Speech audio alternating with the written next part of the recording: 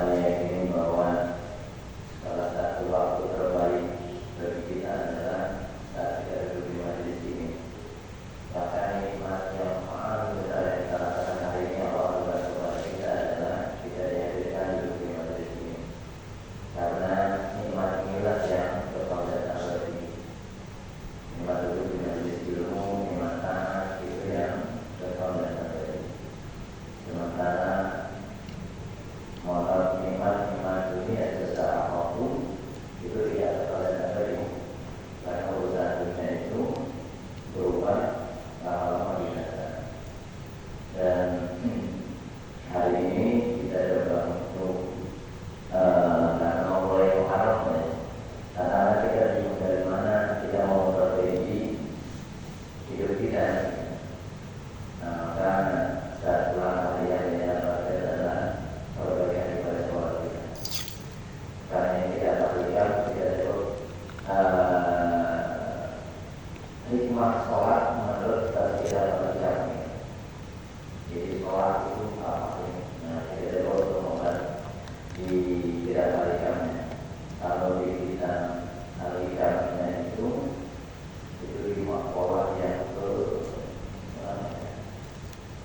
kita 965. Tapi kalau di limanya sekarang itu lima pola yang ke 260 yang hitungannya berbeda, cuma yang penting ada bukan angka yang pola itu pemahaman kita tentang soal itu sendiri berkaitan. Biasanya kita tahu bahwa salah satu kewajiban utama yang harus kita lakukan sebagai umat Islam adalah maka ibadah sholat merupakan upaya pertama dalam ajaran agama kita. Walaupun pada level berikutnya kita belajar bahwa kita sebagai kewajiban kewajiban itu memang berat, tetapi dari bahwa sholat kita adalah bentuk kesetiaan kita kepada Allah. Sebagaimana kita sholat itu adalah salah satu bukti setianya seorang hamba kepada penciptanya. Kalau nanti kembali manfaatnya kepada diri kita.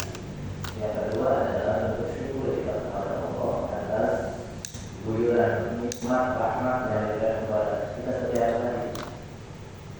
Jadi kalau sholat itu sebagai bentuk kesetiaan, bentuk rasa syukur, ini membuat kita ringan melakukan. Tapi kalau sebuah kewajiban seolah berat di pundak kita. Ini kan memang yang pekerjaan yang paling mudah kita tinggalkan.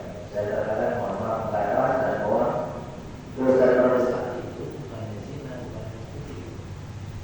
Dosa terbesar itu adalah meninggalkan sholat. Terbesar. Maka kadang-kadang kita tidak merasa melakukan sebuah kesalahan yang besar. Nah, justru kenapa kondisi keadaan kehidupan kita kok kesannya tidak nyaman, ada persoalan. Walaupun boleh itu kita lakukan.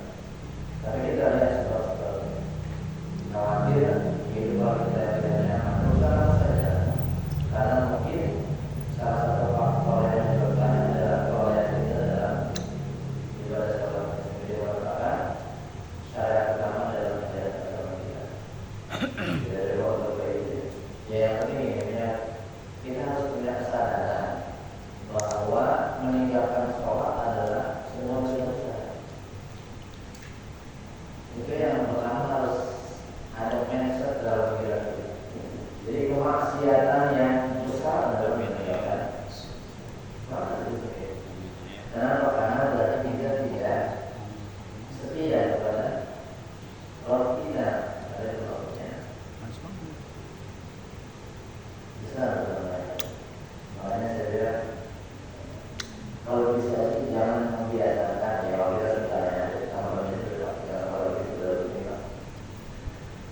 Karena membiasakan meninggalkan sholat itu kalau nggak melihat seolah kita nggak punya salah, nggak punya dosa. Jangan membiasakan meninggalkan. Karena itu kondisi umat yang sudah terkakir bahwa ya zaman itu banyak yang